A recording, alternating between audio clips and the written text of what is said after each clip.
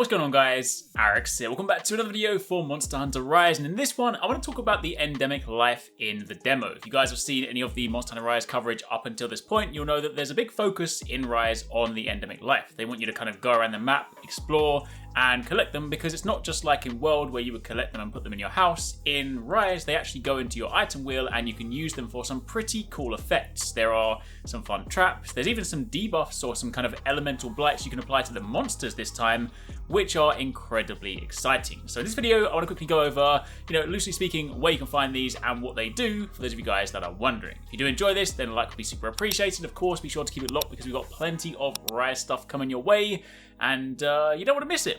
But to begin with, let's start off with the puppet spider. Currently, we only know of one of these in the map so far. This is located near the sort of center west on some rocks. You can see the icon on the map as a yellow spider. Remember, if you go to the menu, you can open up a bigger map and you can then see locations of all the endemic life you need to find.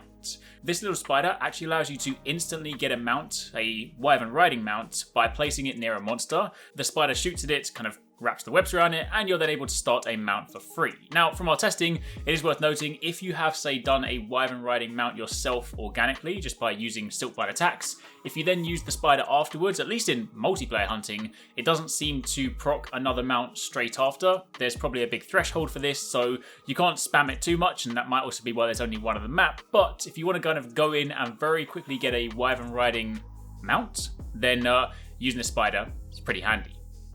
Next up on the list, we have the BREWHARE, which is a cute fluffy hare located in the very northwest of the map. The icon for this is a pink rabbit-like creature.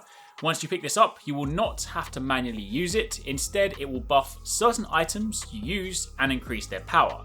From our testing, it appears to work on potions and lasts kind of up to 4 times. Obviously, again, one of the sort of deeper levels of testing for this will be once we actually get to, see menus and see other things like that, because we can't necessarily know exactly to what degree things are buffed, but it does at least seem to be an item amplifier. You then have the STINKMINK, which is a small skunk-like creature with the sort of white icon of a skunk. There are several of these around the center and north of the map. These can be used to manually attract monsters. Think of it like a challenger mantle. You use this, it basically puts a stink around you, and the monster will then chase after you. So if you want to either lure it into a trap or lure it to another area, then that is what you want to do. Following on from there, we then have the TRAPBUGS. These are a small collection of spiky bugs that are found in several areas around the lower half of the map. They have a small green spiky bug as an icon. These will flinch a monster that walks over it, causing them to temporarily flee. So once you place it, they scatter around you and they cover an area on the ground. After that, we have the whale-nard. This is a pheasant with the sort of red chest, or sack as the game refers to it. This can be found on the map as a brown pheasant-style bird icon. Only one appears to be currently located at the center east of the map. This bird will attract a large monster to your location. It's really useful for bringing a monster to where you are, or of course getting 2 monsters closer together if you want to either use wyvern riding or just kind of get them into a battle. You then have the ESCUREGOT, which is a big snail creature. The icon for this is, surprise, surprise, a green snail with a big shell. These are found in several areas across the map, and you can manually place these on the ground, and a green cloud will persist for around 60 seconds that heals you if you stand inside. So think similar to Health Boost from Monster Hunter World. You then have the ANTIDOBRA. I just love the name for this because it's a cobra and it's an antidote, so loving that one. This is a large cobra style snake that has a green snake icon, kind of like a green Arbok Pokemon icon. These are found in several areas across the map, and using these will cure and prevent you from being poisoned. Very useful against the Rathian in the beta. Now, moving on from there to the beetles. Now, currently there are 4 different beetle types in the demo, and these are dung beetle style bugs that you can use to throw like a ball at a monster.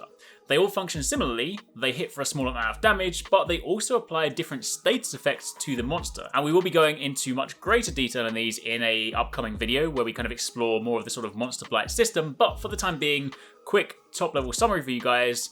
Fire. The fire beetle is an orange coloured dung beetle icon on the map found in the southwest. This causes fire blight on the monster, so it's tick damage and it makes them more likely to flinch. Mud beetles are the blue coloured dung beetle icons on the map found in the northwest. These cause water blight, which makes the monster's armour softer, good against armoured sections that are usually difficult to damage. The thunder beetle is a yellow coloured dung beetle icon on the map found in the northeast. This causes Thunder Blight, which makes it so that monsters can be stunned with non-blunt weapons. All body hits apply the build-up, head is of course most effective, and the last hit will need to be on the head to cause the stun. You then also have the Snow Beetle, which is a white coloured dung beetle icon on the map, and this is found in the southeast. This causes Snow Blight, which slows monsters down, good against sort of fast or enraged monsters, but it doesn't affect already exhausted monsters. Outside of that, we also have the toads. There are, very familiar behaviour to Monster Hunter World, only this time you can actually take them in your pocket, take them with you, and again, there are two types of toads that we've currently seen in the demo. You have the Blast Toad, an orange toad icon found in the northeast of the map. This fills the air with combustible gas and can be attacked or shot to explode the gas. It applies blast damage. And the Poison Toad, surprise surprise, found in the northwest of the map. This fills the air with poison gas, causing things to build up and become poisoned. So, as you can see, there are lots of exciting endemic life to mess around with. They are definitely much more, I know some people just used to like collecting them anyway, but they are definitely much more than just, forgettable collectibles. They are now actually useful items that you can use in hunts. So check them out for yourself, see what you guys think. If you find any more, I'm pretty sure that's all of them for the time being. We have seen some more in some of the teaser videos that Capcom have been sharing, but they're of course not present on this map. For example, the fish that you can put into the water to kind of create like a water trap. So some of them are probably map specific, so I'm sure there's lots more to chase down. But for the time being, that is a look at the endemic life. If you want to catch more from us at Arekkz Gaming, don't forget you can catch the guys TwoSixNine, Paradise Central and Investmore streaming over on Twitch weekdays, playing a variety of games. If you guys want to jump in, tune in, watch and even join in, then make sure you check them out. The links to those are in the description box down below, and of course you can join the Discord to get involved in all of the discussions.